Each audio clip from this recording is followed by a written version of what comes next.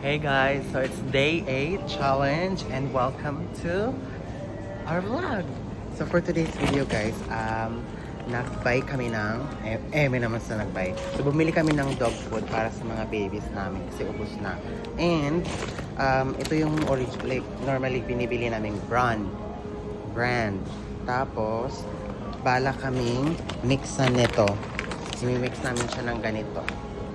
Kind Kibble by Dr. Shiba. Feeling ko naman maganda siya. So let's try and let's see kung anong result ng cook ng mga baby.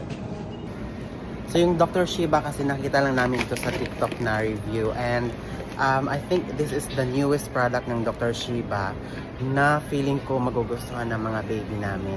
Normally kasi ito yung Good Boy ang talagang paborito nila at talaga namang bumagay. Hindi naman bumagay, parang gustong-gusto nila at nag-ano naman siya sa katawan nila mga babies namin. Nakita niyo naman, medyo healthy sila at mataba. Though ang kain ng mga babies namin ay twice a day lang. So isa sa morning and isa sa evening. Pero wait lang, appreciate muna natin yung ilaw dito sa Robinsons kasi parang maputi tayo dito na part. O, diba? Ayun na guys, magpe-paysong na kami. Mahaba-haba pa ng pila. Hindi naman mahaba, pero konti lang.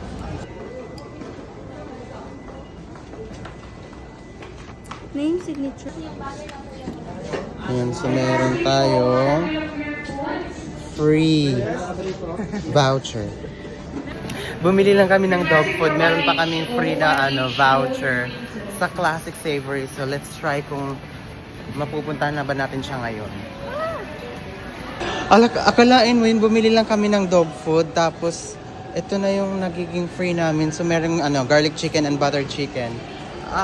So happy. Ayan na, nandyan na siya guys. Oh, Classic Savory. So, let's check. For dine-in lang daw siya. So, let's go. So, ayun na nga guys. Meron na kaming water dito. Waiting na lang kami sa free food. Actually, nag-order kami ng isa pang, yung parang rice and then isa pang ulam para naman medyo happy kami, di ba? So, naka-save. So, nandito na.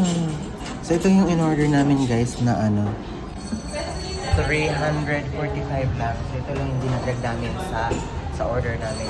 Which is yung in-order namin free na 4 pieces ng garlic chicken, 4 pieces na buttered chicken. I'm so excited. So excited. So ito na yun. Meron na kaming chicken. Ito yung free namin na chicken. Order is complete. And the steamed rice. So ito na yung order namin guys. So ito yung free. Ito yung na-free namin. Ito. Kasi ito yung in-order namin. Para naman meron kaming rice. Diba? It's so nice. So, na-realize namin guys, ang laki pala talaga ng 300 something na order. Parang hindi siya pang 2 tao, parang pang 4 ata ito. So, tayo guys, rating. Pinakauna naming naubos yung buttered chicken. So, feeling ko, buttered chicken yung free. Free kasi, syempre, siguro mga 9 out of 10. Next naman yung honey garlic. Medyo matamis lang siya. Siguro mga 6.5 over 10. Ikaw, anong sa'yo? Anong rating mo sa buttered chicken? Out of 10. Ay, grabe naman sa 5.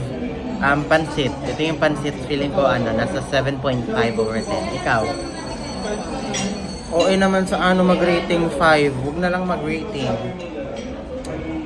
Hindi ka food critic. So yun na guys, nakalabas na kami. So, overall rating, feeling ko 7.5 out of 10. Thank you Classic Savory. Thank you sa libre.